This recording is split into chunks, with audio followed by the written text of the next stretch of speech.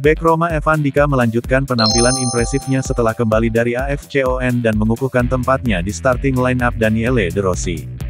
Bek tengah Pantai Gading, yang bergabung dengan Roma sebagai pemain bebas transfer musim panas lalu, nilai pasarnya meningkat hingga hampir 25 juta euro hanya dalam beberapa bulan, lapor Francisco Luca untuk ForzaRoma.info.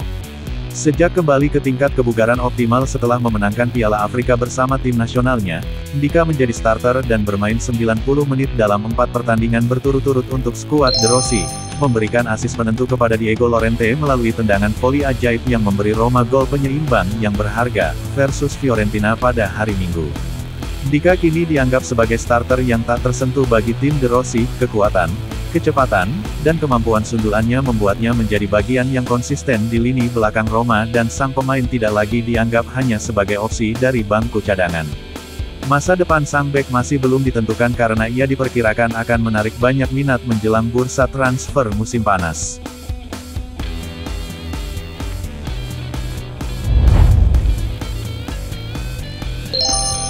Manajer Roma Daniele De Rossi mengaku bersalah karena memilih mengerahkan lini belakang 3 orang dalam hasil imbang 2-2 tadi malam dengan Fiorentina. Dalam konferensi pers pasca pertandingan, De Rossi ditanya tentang apa yang dia katakan kepada para pemainnya di babak kedua saat Fiorentina sempat unggul 1-0. Saya meminta maaf dan mengatakan kami akan beralih kembali ke pertahanan 4 orang, yang merupakan hal yang paling saya dan teman-teman sukai. Ada perubahan taktis yang nyata, oleh karena itu sebuah pengakuan. Namun kami juga kalah dalam semua duel udara dan itu membuat hidup kami menjadi sulit. Sepak bola adalah tentang rencana permainan dan formasi. Tetapi jika pemain lawan yang tingginya 1,70 meter berhasil melompat ke atas kepala Anda dan merebut semua bola kedua, itu sulit. Terlepas dari apakah Anda bermain dengan 3 atau 4 bek, kami menjalani babak kedua dengan baik dan kebobolan gol kedua pada momen terbaik. Bahkan setelah 2 bulan tim ini terus membuat saya takjub karena kami bertahan dalam pertandingan, kami kembali bangkit melawan tim yang kuat.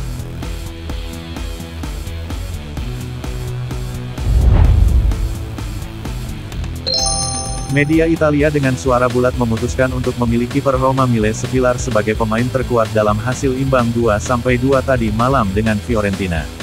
Kiper asal Serbia ini membuktikan dirinya sekali lagi dengan menyelesaikan sejumlah penyelamatan mengesankan dan, yang paling penting, menyelamatkan penalti penting untuk menjaga keunggulan Fiorentina menjadi 2-1 sebelum Roma menyamakan kedudukan di akhir pertandingan melalui Diego Llorente.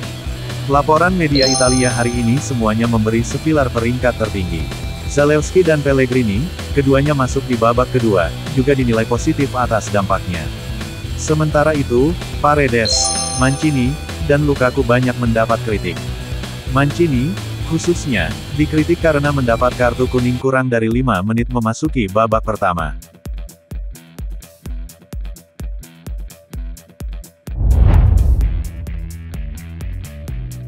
Roma melanjutkan rekor positif mereka di bawah asuhan Daniele De Rossi dan dengan demikian mereka melanjutkan tren mencetak gol di akhir pertandingan. Dalam 39 pertandingan musim ini, Roma mencetak 17 gol antara menit ke-80 hingga akhir pertandingan, termasuk waktu tambahan. Gol-gol ini memberi mereka 11 poin di Serie A, lapor Corriere della Sera. Statistik ini berlaku untuk Roma asuhan Mourinho dan Daniele De Rossi. Contoh terbaru dari tren ini terlihat jelas dalam pertandingan melawan Fiorentina di mana Roma berhasil menyamakan kedudukan pada menit ke-95 melalui tendangan voli brilian Diego Llorente.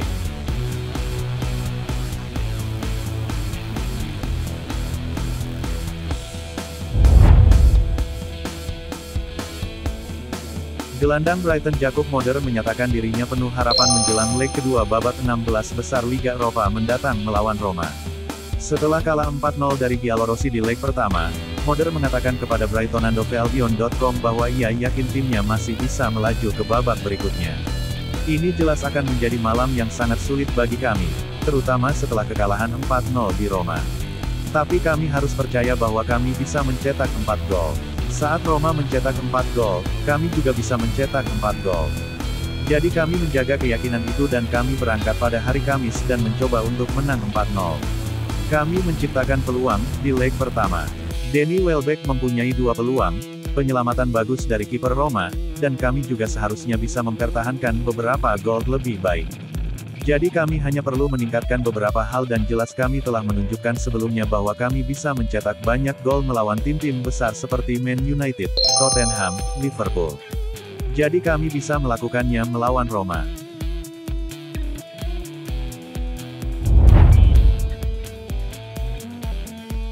Maurizio Sarri akan segera meninggalkan Lazio setelah menyerahkan pengunduran dirinya hari ini. Menyusul kekalahan tadi malam dari Udinese dan serangkaian penampilan negatif, pelatih asal Tusken itu menyerahkan pengunduran dirinya kepada Presiden Lazio Claudio Lotito.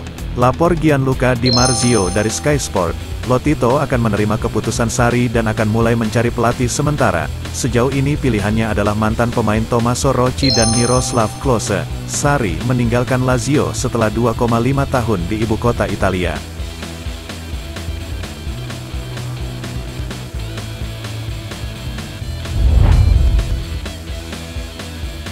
Roma melanjutkan pencarian direktur olahraga baru. Klub ibu kota belum menunjuk pengganti Thiago Pinto setelah eksekutif asal Portugal itu meninggalkan Giallorossi pada bulan Februari. Menurut laporan terbaru calciomercato.com, Roma fokus pada direktur yang bekerja di dunia sepak bola Italia, dengan eksekutif Monza Francois Modesto saat ini dianggap sebagai favorit untuk mendapatkan pekerjaan tersebut mengingat hubungannya dengan CEO Roma Lina Souloko.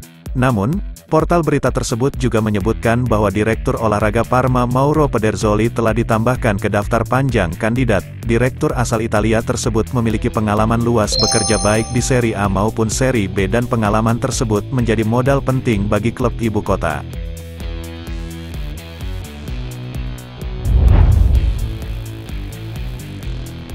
Teka-teki Jurgen Klopp tak melatih Liverpool musim depan? Menemukan jawaban. Sky Sports menulis, Klopp telah menerima perpanjangan kontrak dengan durasi 2 tahun. Berikut kutipan beritanya, kami rangkum.